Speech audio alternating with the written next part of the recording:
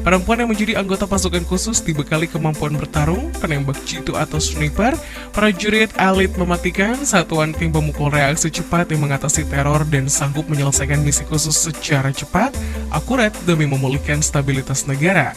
Mereka memang sengaja mendapatkan pelatihan keras bahkan terkesan sadis. Namun apa yang mereka lakukan tersebut hanyalah untuk menjadi pasukan khusus wanita yang paling ditakuti di dunia. Dan berikut daftar pasukan khusus wanita yang paling ditakuti di dunia. Namun sebelum kita lanjut, jangan lupa untuk klik tombol subscribe dan nyalain lonceng notifikasinya ya guys, agar kamu tidak ketinggalan video terbaru dari kami. Oke, yuk lanjut.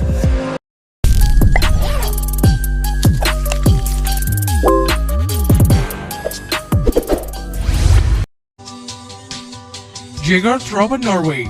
Jegertroppen atau pasukan pemburu adalah unit pasukan operasi khusus wanita dari Komando Operasi Khusus Pasukan Norwegia. Pasukan Jaeger sendiri memiliki pengintaian khusus dalam dan sekitar area yang dibangun sebagai fokus utama. Diketahui bahwa pasukan ini awalnya dibuat sebagai program percontohan 1 tahun pada tahun 2014 oleh FSK yang kemudian diperpanjang selama 3 tahun lagi di tahun 2017 dan dinyatakan berhasil. Pasukan pemburu ini dilaporkan sebagai unit pasukan khusus wanita pertama di dunia. Pada bulan Maret tahun 2013, perencanaan untuk unit pasukan ini dimulai dengan nama Kode Tundra yang dipelopori oleh mantan dan kepala FSK.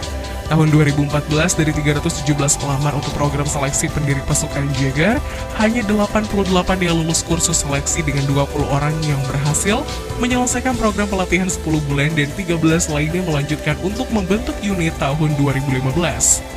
Diketahui bahwa mayoritas para pelamar pasukan ini memiliki latar belakang olahraga yang kuat. Hunter Troop adalah salah satu subjek dari film dokumenter NRK 2016 Hunter for Norge, di mana kru kamera mengikuti peserta pelatihan selama hampir setahun penuh atas pelatihan mereka. Sejauh ini tidak ada operator pasukan Jaeger yang ditempatkan secara operasional. Para wanita di unit pasukan ini tidak hanya mendorong tubuh mereka hingga batasnya, tapi juga mendorong ekspektasi masyarakat Norwegia tentang peran gender hingga ke batasnya. Masing-masing wanita dari unit tersebut membuktikan kepada diri mereka sendiri, rekan pria mereka, angkatan bersenjata, dan masyarakat Norwegia yang lebih luas secara umum, bahwa dalam hal melindungi dan membela negara, mereka memiliki ketabahan yang sama kuatnya, ketangguhan mental, ketekunan yang mantap, kekuatan manusia super, dan keterampilan sebagai rekan pria mereka.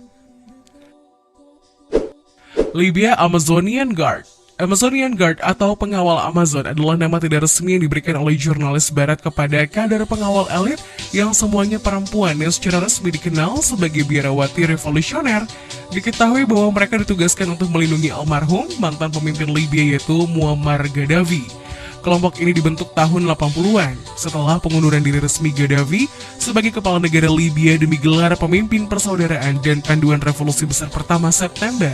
Kelompok ini dibentuk pada awal 1980-an setelah pengunduran diri resmi Gaddafi sebagai kepala negara Libya demi gelar pemimpin persaudaraan dan panduan revolusi besar pertama September dari Rakyat Sosialis Besar Jamahiriyah Arab Libya. Menurut Yosef Stani, Gaddafi dilaporkan mempekerjakan seorang kader pengawal wanita karena ia yakin bahwa seorang pria bersenjata Arab akan kesulitan menembaki para wanita.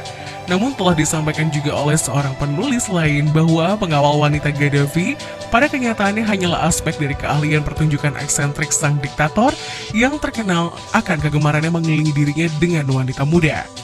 Gaddafi sendiri biasanya berpergian dengan 15 pengawal Amazonnya yang ditugaskan untuk keamanan dirinya. Calon pengawal Amazon berpartisipasi dalam pelatihan senjata api dan seni bela diri di akademi khusus, diminta mereka mengambil sumpah kesucian yang kemudian akan dipilih oleh Gaddafi sendiri. Sejak jatuhnya rezim Gaddafi, pengawal Amazon sebagian besar menghilang ke dalam infrastruktur. Jerman Bundeswehr. Bundeswehr atau Pertahanan Federal adalah angkatan bersenjata Jerman yang bersatu dengan administrasi sipil dan otoritas pengadaan.